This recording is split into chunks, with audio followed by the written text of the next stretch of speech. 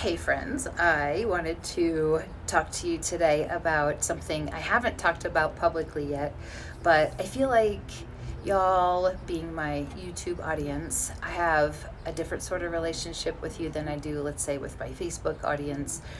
And I want to share things with you that are a little more personal. So here's what's going on. It has to do with my story of hormones. Let's start with when I went through puberty, which was in the late 80s is when that happened. I didn't know it at the time, but I had elevated testosterone, which just naturally elevated testosterone, which makes a lot of sense and explains a lot of things about when I was younger, especially hair growth. Like I had my hair on my legs so hairy and dark, my arms, I was like growing it on my knuckles and on my face and things like that. And I was very, very ashamed of it at the time. I didn't know what was going on. Why was I so weird and different? I also had irregular periods, and so I ended up getting on birth control very young. And nowadays we know that that is probably an indicator of PCOS. But back then, I don't know, maybe it just wasn't paid attention to. So let's fast forward and go into my early adulthood, early 20s and whatnot. I did eventually stop birth control, but if you think about it, it turns out I'm non-binary. It turns out that my hormones, my balance of hormones is really important. So the fact that me and none of my medical health practitioners, we didn't know that. I was on birth control, which increased the amount of estrogen I had in me. So it's almost like I got the opposite HRT that would feel right for me, but I didn't know it. So it makes sense, I think, that I started to really struggle with PMS during that time. Like during the premenstrual time, I would just it turns out that later in life I got diagnosed with having PMDD, which is premenstrual dysphoric disorder. In fact, just as early as this spring, I got a psychological evaluation, and that's the number one thing that came up. So let's just then say for the course of my lifetime, I've had issues with hormones.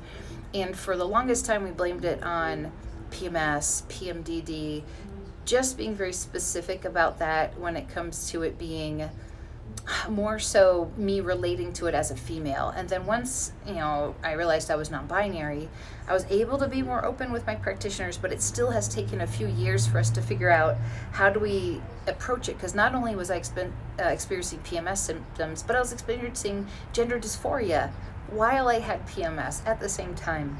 So that was just a really big aha moment for me. It helped explain a lot because during times of stress for myself, my anxiety sky high. And so that's why I got a psychological exam this past spring. There was a lot going on in my life. I've told you about my daughter getting ready for college, and we went on a lot of college tours and we did a lot of exploring and things like that. And so my routine was off and I was experiencing stress, which is fine, that happens, except then you mix it in with my hormone issues, blah. So it was really helpful to get that psychological evaluation. Later I will tell you a little bit more about what the evaluation also said about me, which I wasn't necessarily surprised, but I haven't shared that out publicly yet as well. But let's stick with the hormones for now. So what I decided to do was start seeing a physician here in town who I know specializes in working with trans clients and hormones. And so I know it sounds strange. Why wasn't I working with somebody before like that?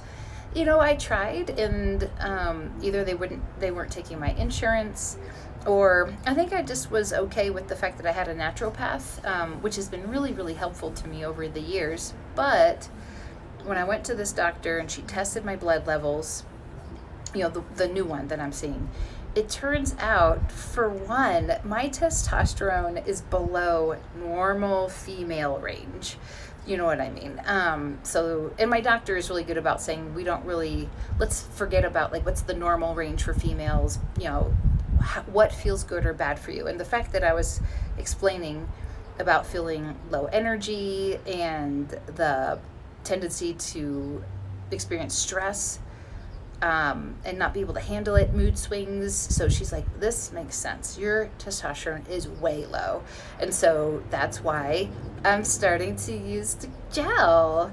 I am not using much of this. I am bad at numbers and things like that. Like if you asked me how many milligrams are you using or grams or how much tea is in it, I don't know. I just squeeze it and it ends up being like a size of a chickpea is what my doctor told me. And I use just 2 of those a day. That's all. Because I'm not trying to masculinize to the point of, let's say, some other people when it's their goals, when they use testosterone gel. I'm just starting a little bit at a time, and I think potentially I might be microdosing when, when you think about it, maybe I would say that's what I'm doing. My main goal is to get to a normal range, but what's my normal? What feels good for me? My doctor's like, let's just try out, see how it goes. So for a few months, I'm gonna stay with that amount, and then towards November or so, if everything's going good, I'm gonna increase it, see how that feels. Not to try to confuse you more, but I'm also taking progesterone. This isn't a pill form. That's strange, you might say. That's what a lot of times people who are wanting to feminize more will take. Well, for one, maybe it's not so strange because I'm non-binary, so it's like masculinize, feminize, but the progesterone is actually, the goal is to trick my body into thinking it's pregnant, so I will not have my monthly cycle anymore. That should help me with my mood swings as well.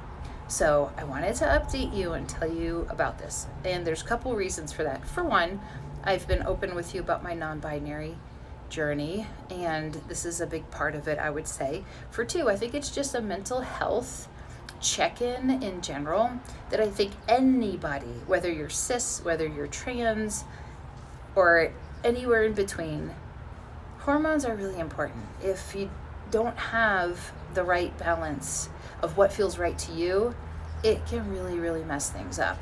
One reason my testosterone started to tank is because I'm probably entering perimenopause. This is going to be like this next time of my life, 10 years or whatever, I'm going to have to pay really close attention to my hormones because things are going to start changing, and I want to be sure I'm staying on top of it because I'm so sensitive to those changes. And a lot of people are sensitive to that. So perhaps this is something that you've been thinking about, whether it has to do with transition or just in general, if you're just feeling off, if you're able to. And again, I'm very privileged that I do have the ability to afford health insurance. And my health insurance does cover my visits with my doctor, and it helps to pay partially for the medications. If you're able to get your blood work done, because that also would be a cost to see if your insurance covers the blood work, specifically ask to have your hormones tested. And then it's less about what's the normal range for male or female, and it's more about, tell me again how you're not feeling well, and then your doctor takes notes and says, this might make sense since your estrogen is low, or your progesterone's too high, or your testosterone's too low or too high.